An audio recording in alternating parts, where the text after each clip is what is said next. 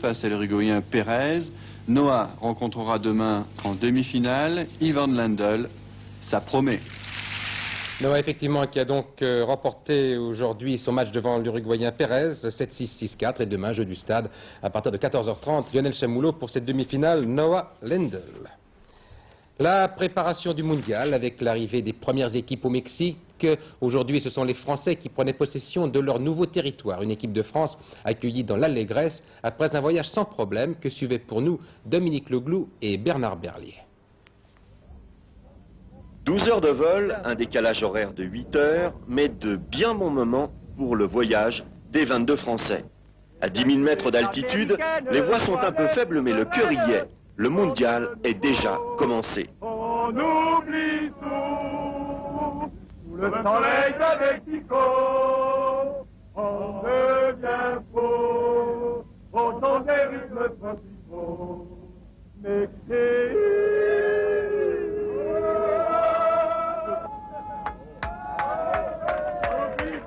On chante pour fêter l'anniversaire de l'administrateur du groupe, Henri-Émile. On lui offre un stylo, des cigares et un gros cadeau gâteau.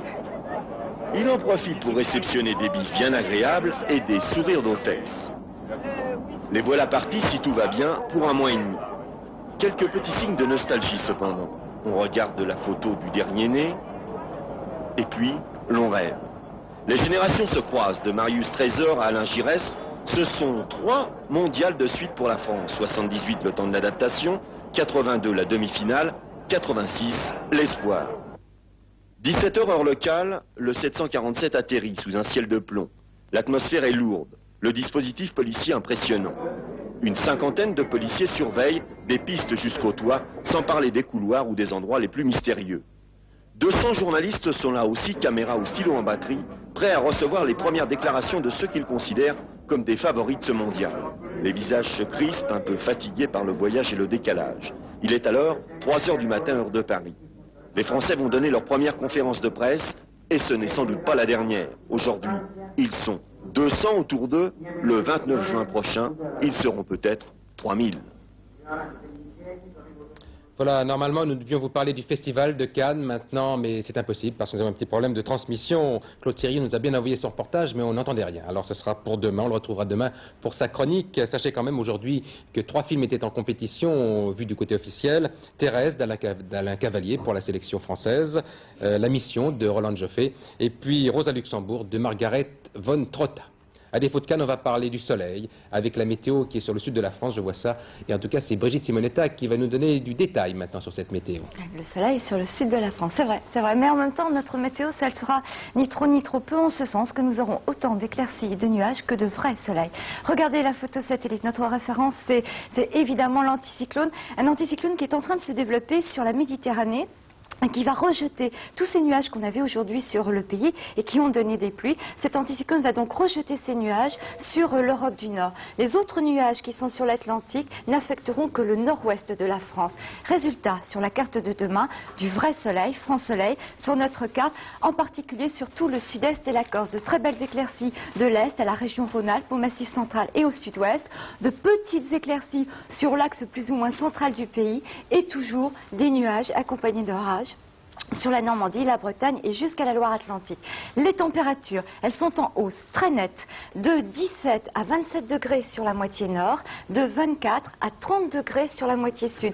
Ces températures ne cesseront de monter et bientôt nous aurons des orages sur tout le territoire. Et puis demain, n'oubliez pas que nous sommes bien sûr le samedi 17 mai, avec 2 minutes de soleil en plus. Ce soleil se lèvera à 6h09, se couchera à 21h26. Ce sera la Saint-Pascal. Si vous avez prévu de prendre la route, sachez que Bison Futé vous conseille de ne pas partir entre 9h et 15h du matin. Et 15h de l'après-midi, évidemment. Vous êtes non-stop depuis 6h ce matin, c'est pour ça voilà. Je peux vous en être. Je rappelle le principal titre de cette journée, de ce vendredi, une vaste opération de police lancée en Corse, une trentaine de personnes arrêtées et interrogées. C'était la réplique du gouvernement après l'attentat qui a fait 2 morts et un blessé grave. C'était hier à Cargèse, en Corse. Dernier journal, ce sera avec Philippe Arroir aux environs de 22h50, juste après Apostrophe et juste avant le Ciné-Club. Quant à moi, je vous retrouve demain à 20h. Puis n'oubliez pas, vous avez du tennis demain dans les Jeux du Stade, ce sera la demi-finale. Noah Lendl, très bonne soirée et à demain.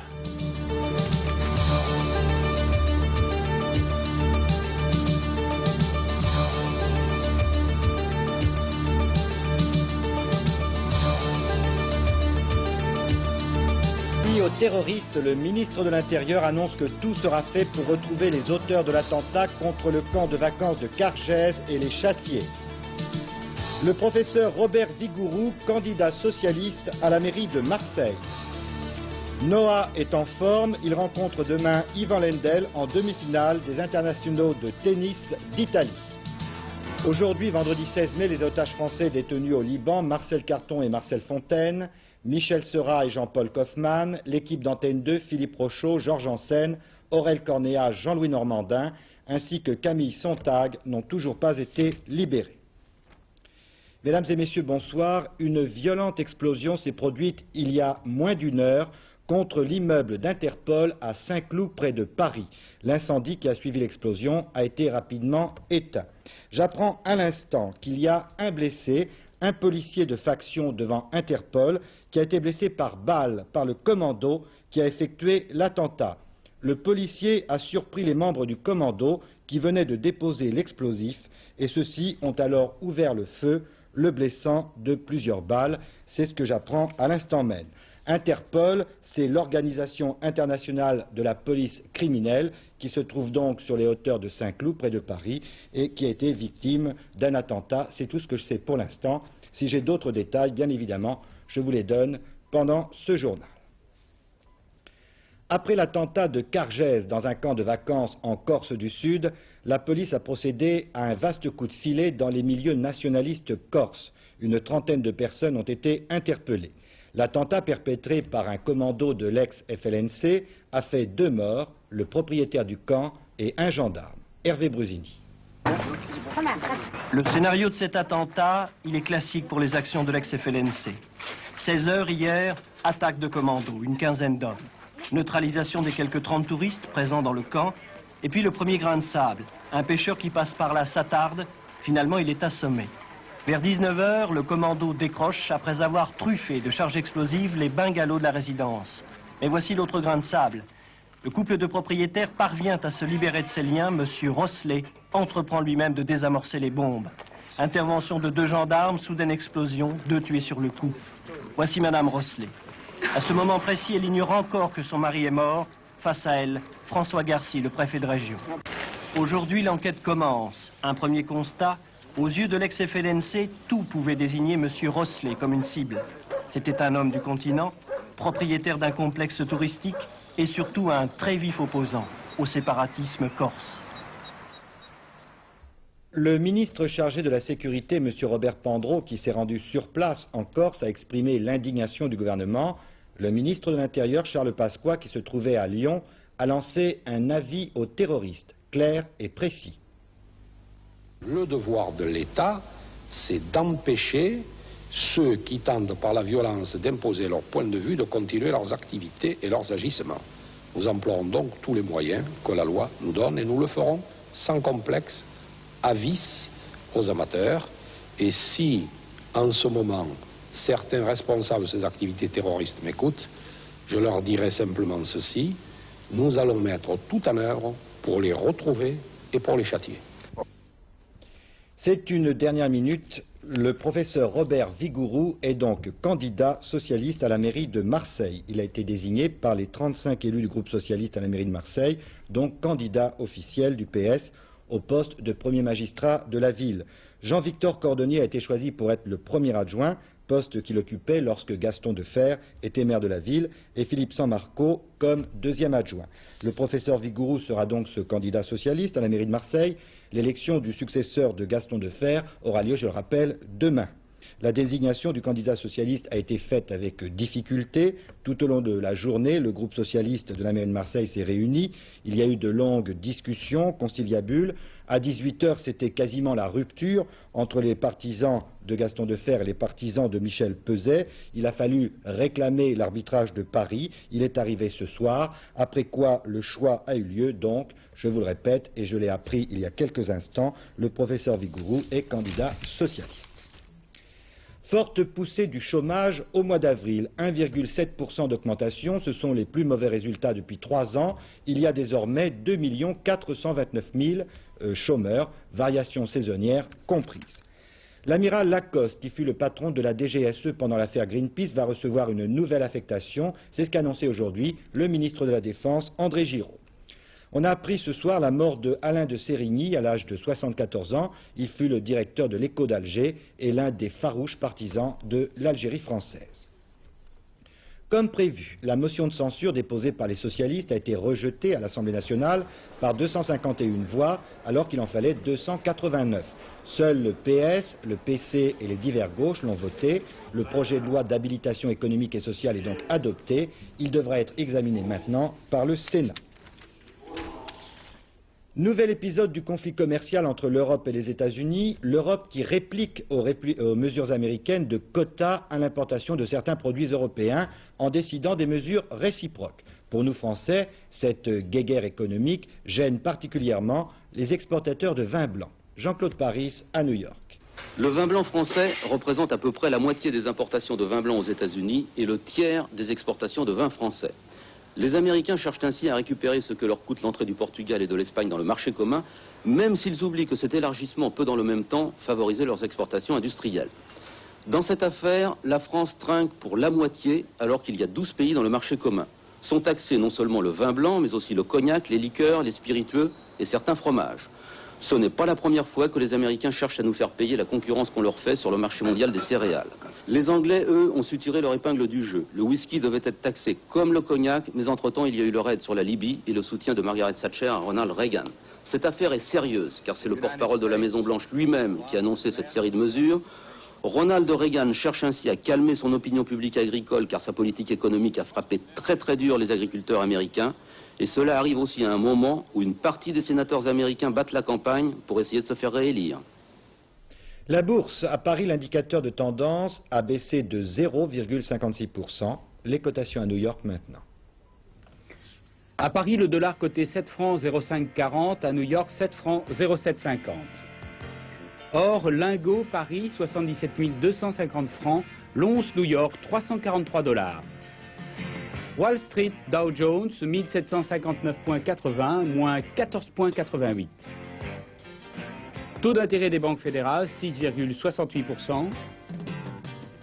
108 millions de titres ont été échangés. 535 sociétés étaient en hausse et 1018 en baisse. Tennis, aux internationaux d'Italie, Ivan Lendl et Yannick Noah seront face à face demain après-midi en demi-finale, match que vous pourrez suivre en direct sur Antenne 2. Noah a battu l'Uruguayen Diego Pérez, Lendl a éliminé Lecomte, mais la surprise a été la défaite de Boris Becker devant l'Espagnol Emilio Sanchez. Lionel Chamoulot. Sur le cours central de Rome, Lecomte est dubitatif. Il se demande ce qu'il peut faire pour inquiéter le numéro 1 mondial. Aujourd'hui, Lendl est revenu au plus haut niveau. Un service qui claque. Les aces se suivent. Des coups nouveaux chez Lendl, comme cet enchaînement service-volé. Et puis des passings, toujours aussi bien ajustés. Pour résister à cela, il faut être en super condition. Ce n'est pas le cas de Lecomte, convalescent, mais heureux. Mais sur le central de Rome, les sensations fortes arrivent. Becker est tout rouge, il est en train de perdre. Face à lui, Emilio Sanchez fait la loi. L'Espagnol, qui n'est même pas tête de série, malmène la star Becker.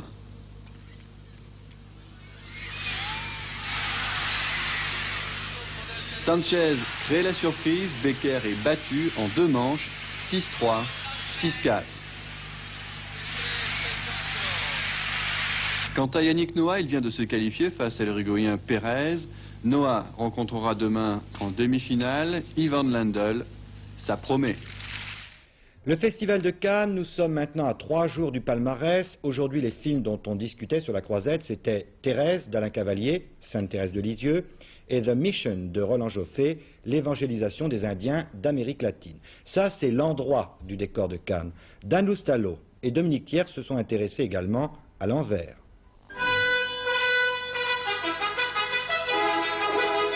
Avec des couloirs 1000 fois parcourus, des gestes 1000 fois répétés. C'est l'envers du décor et l'œil s'y régale autant.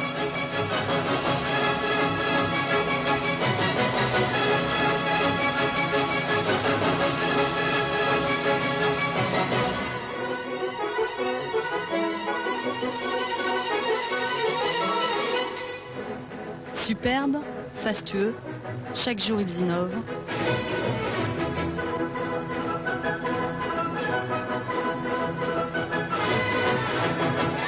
En rang serré, ils offrent ce qu'il y a de mieux. Toujours pour les autres et rarement pour eux.